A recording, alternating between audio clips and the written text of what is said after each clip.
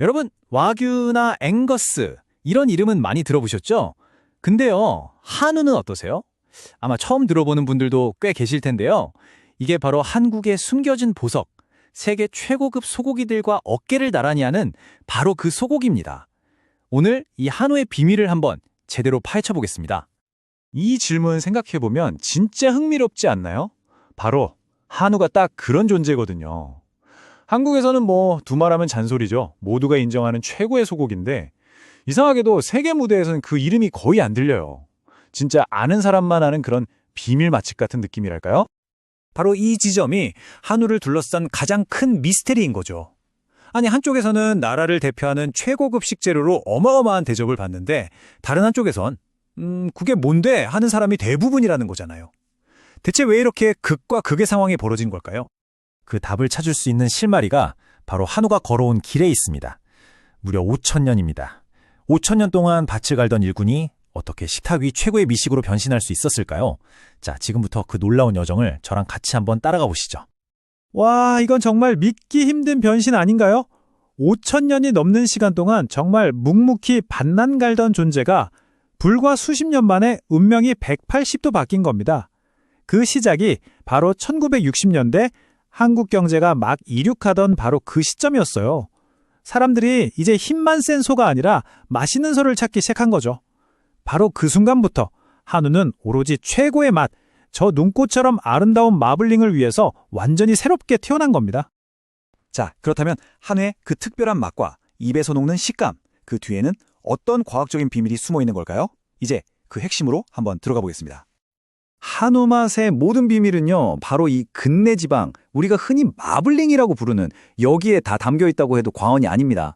특히 한국인들은 입안에서 그냥 사르르 녹는 그 부드러움 그리고 고소한 풍미를 최고로 치잖아요.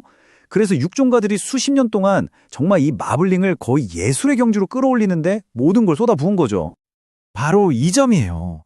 한우의 이 엄청난 마블링은요, 한국의 구이 문화와 만났을 때 그야말로 폭발적인 시너지를 냅니다. 생각해보세요. 뜨거운 불판 위에서 이 지방이 싹 녹아내리면서 고기 전체를 코팅하잖아요? 바로 그 덕분에 맛과 육즙이 최고조에 달하는 거죠.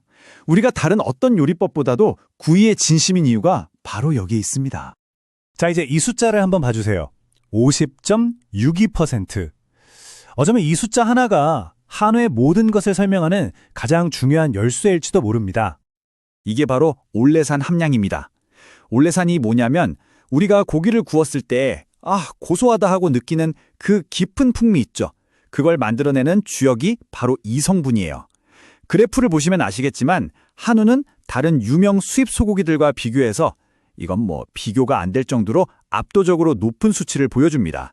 이게 바로 과학적으로 증명된 한우 맛의 비밀인 셈이죠. 자, 근데요, 대부분의 사람들이 한우 하면 그냥 누런 갈색소를 떠올리잖아요?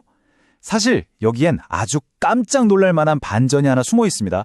우리가 아는 한우에게는요, 아주 희귀하고 특별한 사촌들이 있거든요.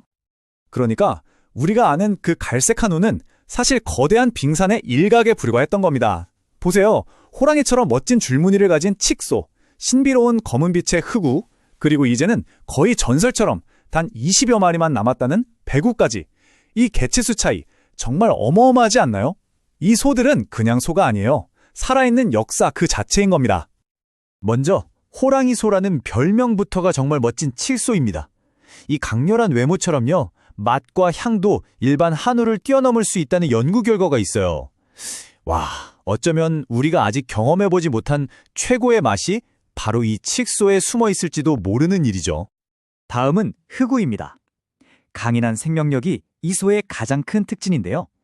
특히 제주 흑우는 그 역사적 유전적 가치가 너무나도 귀해서 나라에서 아예 천연기념물로 지정해서 보호하고 있을 정도입니다. 대단하죠? 그리고 마지막으로 정말 가장 희귀한 존재, 배구입니다. 전 세계에 딱 20여 마리 뿐이래요. 이 신비로운 알비노소는 거의 멸종 직전에서 보호받고 있는 그야말로 살아있는 보물 같은 유전자원이라고 할 수 있겠습니다. 자, 그럼 다시 맨 처음 던졌던 질문으로 돌아와 보죠. 이렇게나 뛰어난 품질에 이렇게 흥미진진한 스토리까지 가졌는데 대체 왜 한우는 와규처럼 세계적인 명성을 얻지 못하고 있는 걸까요? 하지만 현실의 벽은 생각보다 높습니다. 일단 생산비가 너무 비싸고 전체 생산량 자체가 많지가 않죠. 게다가 한국인의 구이 문화에 완벽하게 맞춰진 그 맛이 스테이크를 즐기는 다른 문화권에서는 오히려 좀 낯설게 느껴질 수도 있다는 거예요. 그리고 이미 세계 시장을 꽉 잡고 있는 와규라는 거대한 산도 넘어야 하고요.